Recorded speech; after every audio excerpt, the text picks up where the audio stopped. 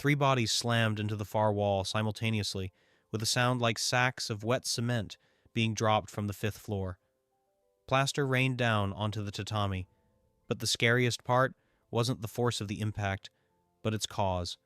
The man who sent these fighters flying hadn't even touched them. Between his palm and their rib cages, there was 3 meters of empty space. You look at this, and your brain refuses to believe your eyes, screaming that it's special effects, that it's editing.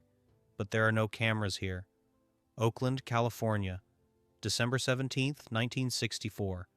A basement in Chinatown, where the air is so thick with incense and human sweat you could cut it with a knife.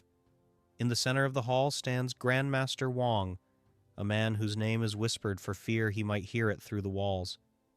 He is 60, his beard is gray as ash, but his skin is dry. He has just scattered 300-kilogram guys using what he calls deadly chi, and he hasn't even lost his breath. The crowd is in ecstasy. 50 people are on their knees, their eyes shining with the fanatical gleam found only in people who have witnessed a miracle. They believe Wong can stop a heart with a glance. They believe he controls gravity. Do you smell that? It's the smell of fear mixed with adoration. But wait, in this perfectly directed scene of mass hypnosis, there is one detail that doesn't fit the puzzle, a glitch in the matrix. In the darkest corner, leaning against a wooden pillar, stands a young man who is not on his knees. He is not praying. He is not weeping with delight. He is wearing a cheap, washed-out t-shirt that looks like an insult amidst the silk kimonos, and his face bears an expression that would give any normal person goosebumps. It isn't skepticism. It is the predatory interest of a pathologist before an autopsy. Bruce Lee didn't come here for wisdom. He came because he could smell lies from a kilometer away, and that smell led him to this basement. You think he's going to scream right now? Challenge the master to a fight? No, that would be too simple, too banal for a man who turned his life into the art of war. Bruce does something much worse. At the moment when Wong raises his hands to the ceiling, summoning the energy of the cosmos for the next trick, and silence reigns in the hall, ringing like a taut string, a sound is heard. A crunch. The sharp, dry, annoying sound of foil being torn. All heads turn. 50 pairs of eyes filled with righteous anger bore into the disturber of the peace. In the Temple of Silence, this sound is like a pistol shot. Bruce slowly, with defiant negligence, takes out a stick of juicy fruit, gum. Do you see his fingers? They aren't trembling. He carefully removes the silvery wrapper, and this process seems endless. He doesn't look at the crowd. He looks straight into Master Wong's eyes, and in that look, a sentence is read. Bruce rolls the foil into a small, dense ball. Remember this ball. This detail, this trash you wouldn't even notice, is about to become the symbol of an empire's collapse. Bruce pops the gum into his mouth. Chomp. He starts chewing, rhythmically, loudly, brazenly. Master Wong freezes. His hands, which a second ago controlled the universe, hang in the air. He is used to fear. He is used to respect. But he has never encountered total, absolute indifference. The illusion of omnipotence begins to crack at the seams. The audience is confused. They expect the deity to incinerate the insolent man with lightning, but the deity just stands there blinking. Why doesn't he attack? Why didn't the great chi energy work on the guy in the t-shirt? In this moment, you realize that the real conflict isn't happening on a physical level. It is a battle of realities. In one corner, a mystical fog where one can fly without wings. In the other, the crude, brazen reality of a chewing man. With a flick of his fingers, Bruce sends the foil ball to the floor. It rolls across the perfectly clean tatami and stops exactly halfway between him and the master. The line is drawn. It isn't just trash. It is a gauntlet thrown in the face. Master Wong takes a deep breath, his face flushing with blood, transforming from the mask of a sage into the grimace of a wounded ego. He understands. If he doesn't destroy this guy right now, his cult will crumble to dust. But he doesn't yet know that by stepping over this foil ball, He is stepping not toward victory, but straight into a trap from which there is no escape. You thought you knew what confidence looks like? Forget it. True confidence is standing before a man who can allegedly kill with the power of thought and blowing a bubble of pink rubber. The atmosphere in the basement changed instantly, as if someone turned the volume knob on an old radio all the way up, making the speakers wheeze from overload. The smell of cheap incense, which a minute ago seemed sweet and soothing, suddenly became cloying, nauseating, mixing with the sour aroma of adrenaline beginning to evaporate from the skin of 50 fanatics. Master Wong stepped over that very foil ball lying on the floor, and this gesture was scarier than any blow. He smiled, but it wasn't the smile of an enlightened elder you are used to seeing in Shaolin movies. It was a grimace, bearing tobacco-yellowed teeth, the snarl of a cornered beast, realizing that the only path to salvation is attack. "Did you come to test my energy, child?" His voice sounded low, vibrating in his chest, and this sound made the crowd of students shudder in a unified fit of reverent horror. You think they started to doubt? You are naive. Mob psychology works differently. The more absurd the lie, the more desperately they believe in it. They looked at Wong and saw not a charlatan whose ego had just been pricked by the needle of indifference, but an angry god preparing to punish the infidel. Wong slowly raised his hands, his fingers curled, mimicking dragon claws, and began making complex, fluid passes in the air, as if gathering an invisible web. The air in the hall became thick. You could feel the tension pressing on your eardrums.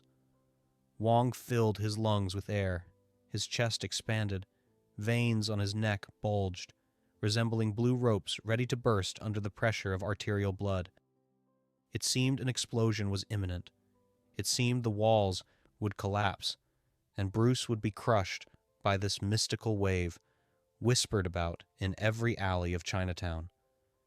Ask yourself honestly, right now, if you stood there, in the center of a circle of madmen, and the gaze of a man who genuinely believes he can kill you with the power of thought was directed at you, wouldn't your knees tremble?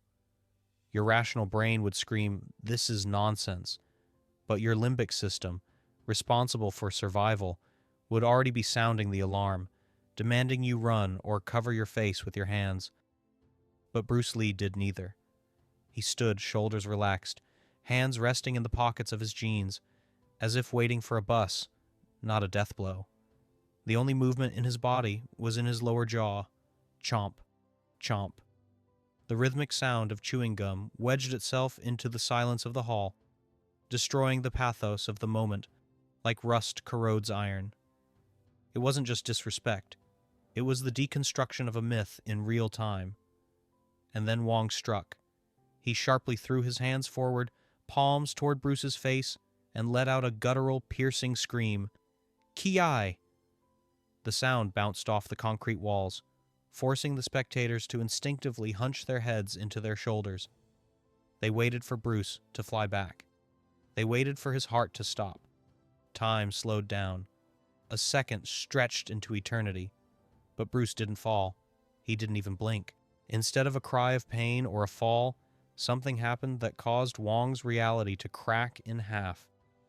A pink gum bubble began to grow slowly, provocatively, from Bruce's mouth. It got bigger and bigger until it covered half the face of the future legend, and in this pink sphere, the terror-distorted face of the Grandmaster was reflected. You think this is the end? You think Wong admitted defeat? Not a chance. This is where the Santa Barbara effect kicks in, turning everything upside down. When the magic didn't work, Wong didn't retreat. Something new flared in his eyes, far more dangerous than the made-up chi energy. It was madness. He decided the distance was too great, that Bruce's aura was too dense. He took a step forward, then another. His breathing became heavy, raspy. He began to close the distance, breaking the main rule of non-contact combat. Never approach an opponent who can hit back. Now, it wasn't magic. It was an old man who had lost touch with reality, walking into the kill zone to physically force his victim to fall. The spectators froze in a new spiral of tension. They saw sweat rolling down their teacher's face like hail, washing away the makeup of greatness, but they couldn't look away. Wong came right up close. He was so close that Bruce could smell the rotten teeth and cheap tobacco. The master raised his hands again, his fingers trembling. But now they reached not for the aura, but for Bruce's eyes. The situation ceased to be funny. It became deadly dangerous because there is nothing scarier than a man whose lies have driven him into a dead end, and who is ready to do anything to smash his way out. Bruce stopped chewing. The gum bubble froze. The mockery disappeared from his eyes, giving way to the icy emptiness of a predator watching prey crawl into its mouth on its own. Wong wound up for a new pass, his palm hovering centimeters from Bruce's forehead, preparing for contact that would either prove his power or destroy him forever. The pop of the bursting bubble sounded louder in that basement than a .45 caliber shot, and this sound instantly tore the fabric of reality that Master Wong had been so diligently weaving for decades. Pink rubber stuck to Bruce's nose and lips, turning the formidable fighter into a clown, but no one in the hall laughed. Why? Because in Wong's eyes, standing just 30 centimeters from Lee's face, flashed something that cannot be hidden behind any mysticism, an animal, uncontrollable reflex of fear.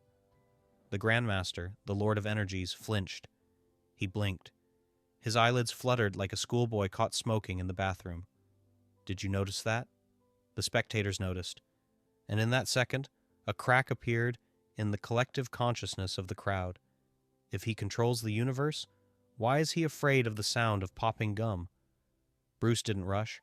Slowly, with the methodical nature of a surgeon, he began peeling the rubber off his face, rolling it back into his mouth, and every movement was saturated with such monstrous disrespect that the air around began to spark. Wong stood in a stupor. His hands were still raised, fingers curled in a combat mudra, but there was no strength in them anymore, only the tremor of Parkinsonian decay. He was trapped in his own bluff. He couldn't hit Bruce physically, because that would admit the absence of non-contact power, but the magic clearly wasn't working. He was stuck in limbo, in the dead zone between lies and violence, and Bruce knew it. You think Lee will deliver his famous punch now? You expect him to clench his fist and crush the old man's chest, as Hollywood drama teaches us? You are mistaken again, because Bruce Lee doesn't think in categories of revenge. He thinks in categories of a lesson. He slowly takes his right hand out of his pocket. The hall holds its breath. At this moment, time stops. You can hear the old wiring buzzing in the walls. You can hear a drop of sweat fall from Wong's nose and shatter on the tatami. Everyone waits for the fist. Everyone waits for the 1-inch punch. The viewer craves blood, wants to see the legend destroy the charlatan with brute force. But Bruce makes a move that causes you cognitive dissonance. His fingers do not clench into a rock. His hand is relaxed. He joins the pad of his thumb with the pad of his middle finger, forming a ring. What is this? A Buddhist sign? A new secret technique? No. It is a gesture every one of us did in childhood to flick paper wads at classmates in the back row. A finger flick. He is preparing a finger flick. Do you feel your expectation of an epic battle being replaced by bewilderment? Why? Why humiliate the master with such a trifle when he could be destroyed? But therein lies the genius of the moment, which you will understand only a second later. Wong looks at these folded fingers, and his eyes widen. He doesn't see a childish prank. He sees a biomechanical mechanism, a cocked trigger where tendons are stretched to the breaking point. Bruce brings his hand to the master's face. Distance. 0. The middle finger rests against the thumb, accumulating kinetic energy, compressing it into a single point like a spring in a clock mechanism. Wong wants to recoil, but his feet seem nailed to the floor by pride. He cannot retreat before his students. He is obliged to accept this challenge, even if this challenge looks like mockery. That very visual silence falls over the hall. It seems the world has stopped spinning. All eyes are riveted to one point, the center of the Grandmaster's sweaty, wrinkled forehead, right where the barrel of Bruce's fingers is aimed. You think, so what? It's just a flick. At most, there will be a bruise. You relax, thinking the climax is blown, that Bruce decided to just make a joke. But you forgot who stands before you. You forgot that this man turned his body into the perfect conductor of physics. Bruce tilts his head slightly. There is no anger in his eyes, no joy. There is pure physics. The formula F ma, force, equals mass, times acceleration, in human form. He doesn't just tense his finger. He engages the entire chain of muscles, from the heel, through the hip, back, shoulder, into the tip of the nail. Energy that could break down a door is now compressed into an area the size of a pea. Wong sees this. In the final fraction of a second, he realizes what is about to happen, and a plea is read in his gaze. Not for mercy, but for this to turn out to be a dream.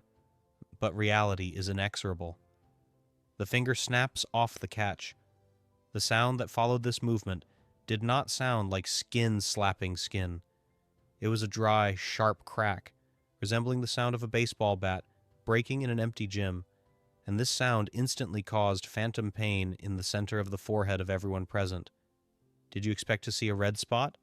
Did you expect Master Wong to wince, rub the bruised spot, and perhaps laugh to save face? You judge by the standards of the normal world, but in this basement, physics just went insane. At the moment of contact between Bruce's nail and the sweaty skin of the Master's forehead, something happened that forced the laws of anatomy to capitulate. Wong's head didn't just tip back. It jerked with such monstrous speed that his cervical vertebrae emitted a sickening crunch, like the sound of stepping on dry branches in an autumn forest. It was an impulse that couldn't be borne in a single finger. It was the energy of Lee's entire body focused into the area of a pinhead, and the result was catastrophic. The legs of the Grandmaster, the very man who claimed his stance, was rooted in the center of the earth, lifted off the tatami. Do you hear me? He took flight. This is not a metaphor. His body, weighing no less than 80 kilograms, turned into a rag doll caught in a hurricane. He flew backward, his arms helplessly thrashing the air trying to grab onto the void, and his eyes rolled back so only the whites were visible, as if he saw his own death on the inside of his skull. The spectators, who a second ago were waiting for a miracle, got one, but it was a black miracle. They saw their god turn into a projectile. Wong flew 1.5 meters through the air, time stretched into infinity for him, and crashed into a group of his own students standing behind him, mouths agape. The sound of bodies impacting was dull and wet. It was like a bowling strike, where the pins are made of living flesh and bone. 3 healthy guys collapsed under the weight of their teacher, knocked off their feet by the kinetic energy generated by a single finger flick. A heap of moaning people, tangled limbs, and torn silk kimonos froze against the wall. Dust rose into the air, dancing in the light of dim lamps, and at that moment a silence heavier than a tombstone fell over the hall. You think this is shock? No, this is cognitive collapse. The fanatic's brains refused to process the information. How? How could a slight movement of a finger create destruction comparable to a sledgehammer blow? They looked at Bruce expecting to see a demon, a monster breathing rage, but saw only a calm guy in a t-shirt who hadn't even taken his left hand out of his pocket. Bruce stood absolutely motionless, his chest heaving evenly, as if he had just turned a page of a book, not knocked a man out. And then your gaze falls to the floor. You look for an explanation, you look for a trick, and you find it, but not where you expected.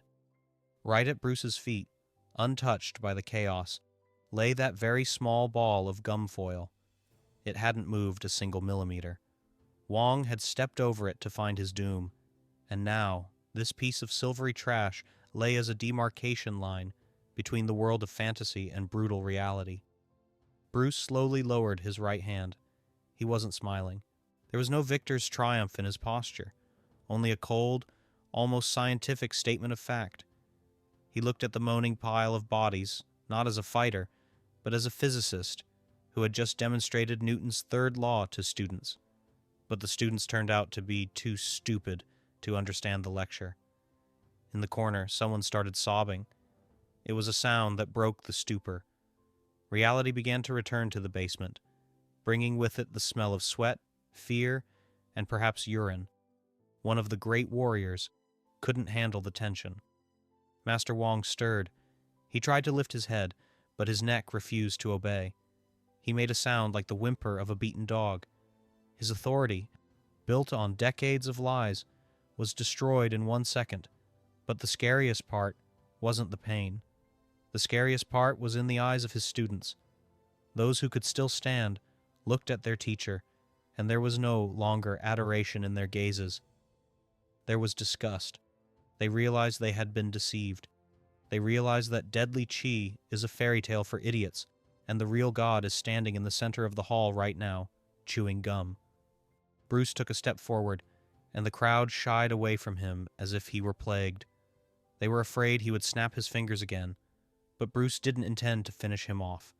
He bent down, picked up that very foil ball from the floor, tossed it in the air, and caught it.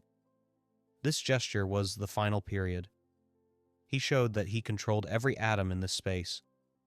He walked up to the prone Wong, who looked up at him with the horror of a man who has seen the abyss, and spoke words that sounded not like a threat, but like a sentence for the entire industry of fake gurus. His voice was quiet, but in the absolute silence every word cut into the memory of those present like a chisel into marble. You think he said something pretentious? Oh no. Bruce Lee never wasted words. What he said made even the most devoted fanatics question the very meaning of their existence. Magic requires faith. Physics just requires acceleration. These words didn't sound like a lecture. They fell into the silence of the hall like heavy metal ingots, finally crushing the remnants of the mystical aura these walls had breathed for years. Bruce unclenched his fingers, and that very foil ball, this tiny symbol of contempt for pseudoscience, fell right onto the chest of the defeated god, rolling into the folds of his torn kimono. You think Wong answered. You expect him to curse the insolent youth? But the old man only wheezed, staring at the ceiling with a glazed look that read the collapse of his entire universe. He couldn't understand the main thing. How did years of meditation lose to one movement of a middle finger? At this moment you feel not schadenfreude, but a strange, sticky emptiness, because when a myth dies, an ugly truth remains in its place. Bruce didn't wait for applause. There couldn't be any. He turned his back to the hall, the highest degree of dominance, demonstrating that he didn't consider anyone present a threat, and headed for the exit. His steps sounded like the beats of a metronome, counting down the final seconds of the era of charlatanism in this block. The door creaked, letting fresh air and the noise of Oakland streets into the stuffy basement, and Bruce's silhouette dissolved into the night, leaving behind the smell of mint gum and ruined destinies. You think the story ended with Bruce leaving as the winner? You are looking at the surface again. The real story began only the second the door slammed behind him, because in the corner of the hall there was movement. That very student who was the first to rush to help the master suddenly stopped. He looked at his hands, then at the moaning teacher, then at the black belt he wore with such pride, considering it a symbol of being chosen. A switch clicked in his head, the Santa Barbara effect in action. You thought he was going to swear revenge on Bruce? No. He slowly untied the belt. His hands trembled, not from fear, but from the rage of epiphany. He realized that the last 10 years of his life were not the path of a warrior, but participation in a circus performance where he played the role of a trained monkey. He threw the belt into his teacher's face. This gesture hurt more than any blow. He stepped over Wong, stepped over the illusions, and walked out the same door Bruce had left through.